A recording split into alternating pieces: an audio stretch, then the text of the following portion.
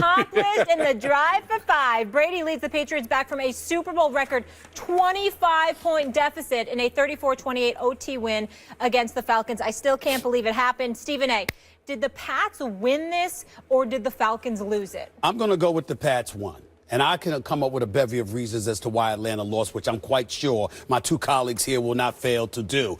I'm going to go with the fact that the Pats won, not just because I picked them, but because of how I picked them to win this game. Tom Brady was on another level. There is no denying it. It is what it is. But this defense, keep in mind, the fumble by LeGarrette Blount that set up one of Atlanta's touchdowns. The pick six by Tom Brady that gave them the other touchdown. Essentially, this high-powered Atlanta Falcons offense that scored 540 points this year, that was #1 in the league with the #1 passing attack, with the league MVP, with the running game personified, with the best wide receiver in football in Julio Jones, were held to 14 points, essentially, by this New England defense. So I look at it from that perspective. I look at their defense. I look at the second half adjustments Bill Belichick made. I look at the greatness of Tom Brady. I look at James White before it was Chris Hogan looking like Julio Jones in the AFC Championship game. 2 weeks later, we got James White here. I give him love and credit. Tom Brady acknowledges that he should have been the MVP. Like he said, Malcolm Butler should have been the MVP a couple of years ago. He'll probably give them the car. He'll take home the trophy. It is what it is. But what it comes down to is this. The Atlanta Falcons had a 28-3 lead, and the New England Patriots came back and took it. 31 unanswered points in the second half, 93 plays to about 46 plays, more than 200 yards in offense, more so than Atlanta. Miraculously, they had the same amount of yards rushing at 104, which makes no sense to me. But in the end, New England won this game. Atlanta lost the game. Now, anytime you have a situation like this, New England's going to have to make a lot of good plays, and Atlanta's going to have to bungle some stuff. So I'm not even getting into the fact that on kickoffs, Atlanta couldn't get it past their own 12, right? Because you say, well, New England's defense. Or that Julian Edelman, with the game still on the lines, prancing to midfield on a punt return, right? Like, okay, you could say that's better special teams and that has to do with coaching and everything else and bungling from the Atlanta Falcons. But that's what happens when one team makes a great comeback. It's usually equal measures-ish of one team playing well and the other not playing well. This is what it comes down to. And this is why it's Atlanta losing. You have the ball in field goal range. All you have to do is call 2 running plays. If you wind up netting -3 yards, let's say, on those 2 running plays, which is unlikely. Falcons run the ball well. They probably, who knows, maybe they pick up a first down, but certainly they're more likely to advance the ball than to go backwards.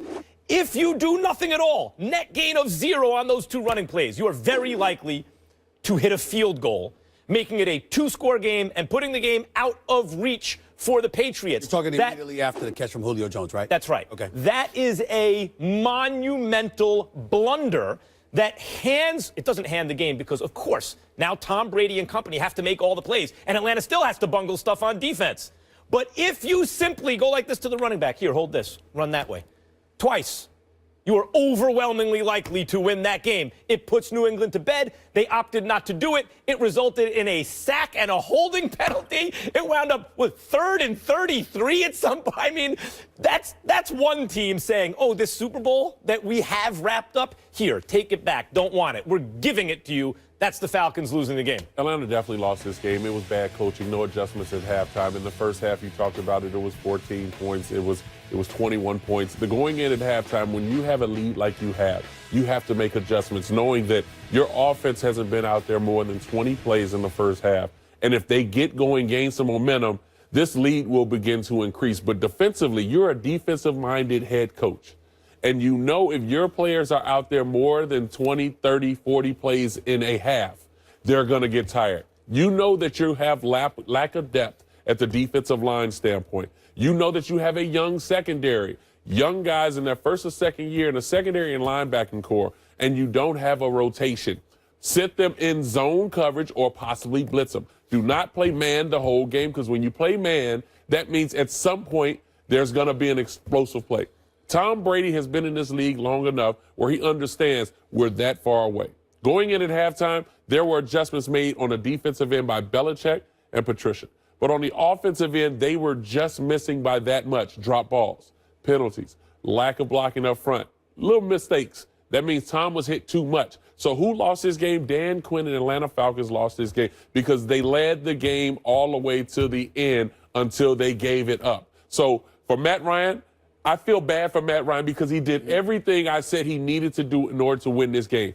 Eliminate the mistakes. Don't turn the football over. Taking a sack when he did? Well, what is he supposed to do? He can't throw the ball away because he can't get away from the guy.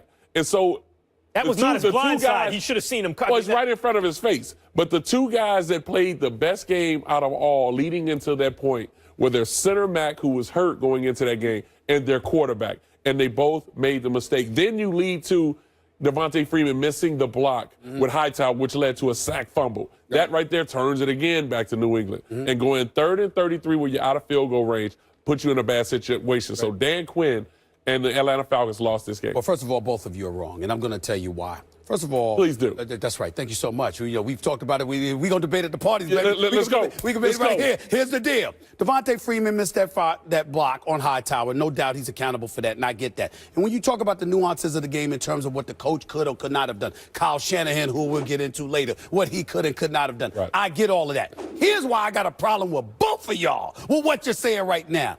If you recall, we're in Houston last week. You were sitting there chilling and partying and chilling, hanging out all the time. I had him to deal with, okay? Now I got both of y'all. I specifically said to you, the only way I can see Atlanta winning this game is if you explode out the gate, you put a hat on Tom Brady, and then ultimately that's your best shot. Because at any point in time, if the game gets tight, it's a different game. And this is what I mean by that, where I think y'all are letting Atlanta off the hook. Don't give me fatigue, number of plays. I never brought up fatigue. We talk about number of plays and all this stuff. Go ahead. What I'm saying to y'all is this. Is that dude who's not just a 4-time champion at the time, but is 39 years old playing in his 7th Super Bowl. And we go up against a bunch of young Lions, and that defensive line for Atlanta was very, very impressive for most of the game. But a bunch of young Lions with that secondary, and you've got guys that are just too young. They've never been here before, and they're in their early 20s. I said, it's going to get tight at some point in time. Those bright lights are going to get I'm going to disprove this argument right now. Go ahead, I'm going to shut this argument down right now with your own logic, okay? Please. Yeah. Until last night, what was the worst call in the history of the Super Bowl? Seattle. Pete Carroll. Seattle, right? I mean, let's stop talking about that. That wasn't a bad call. Okay, but I'm talking about his opinion now. It was horrible. His opinion. Go ahead. The point is, Seattle handed them that game, according to you, right? All you got to do is give the ball to Marshawn Lynch. Right. Actually, Donovan has brought up good points. I agree with you. I don't think that was the right call, but that's actually defensible in some way. You can actually construct an argument why, given the down, etc., you might call a passing play right there.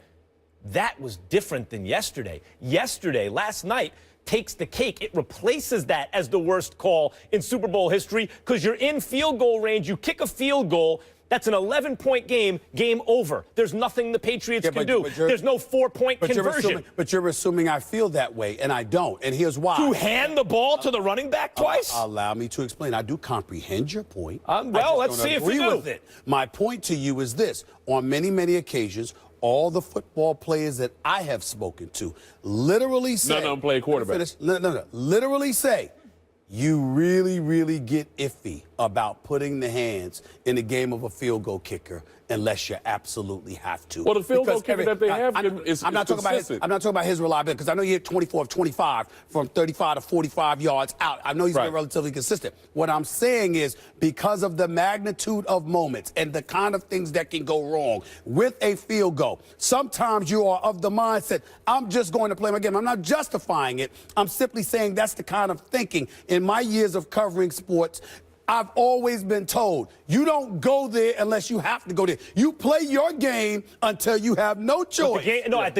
But at that point, when you're in field goal range, you hit it, it's over. It's not like you need it to tie to get to overtime or anything. The game's over. You're going to overtime, even if the Patriots do everything right, which they did, and you do everything wrong, which is what happened. But the way Tom Brady was rolling, you don't feel that secure. Well, see, therefore, you kick the field goal. And that's why I go to the Atlanta sense, because they know the momentum was shifted over to the New England Patriots. That's right. So in order for you to combat that, you have to be able to be balanced on offense. They came out, ran the half row, hit Devontae minus Freeman in the flat. 1 yard. Yeah. Devontae Freeman. Well, the whole thing about it is, I think the injury to Tevin Coleman is something that we Big time. need to focus on a little bit more because he's their pounder. He's the grinder. Devontae Freeman is a great running back. He can run through tackles, but you need that big running back. So when I look at the sense of at the end, and y'all keep bringing up that whole thing with New England and Seattle, you know that New England ran that same type of play for the two-point conversion that was converted. That's the same play that New England ran for Danny Amendola getting in the end zone. So stop bringing it up. But let's talk about the play Clemson won to win the national title. That's what I'm saying. So don't bring it up. Don't bring that mess up. The Atlanta lost the game because they didn't run the ball. They kicked a field goal. Don't you bring that up no more. They got two-point conversion for Danny Amendola. Take it. Stop letting them off the hook.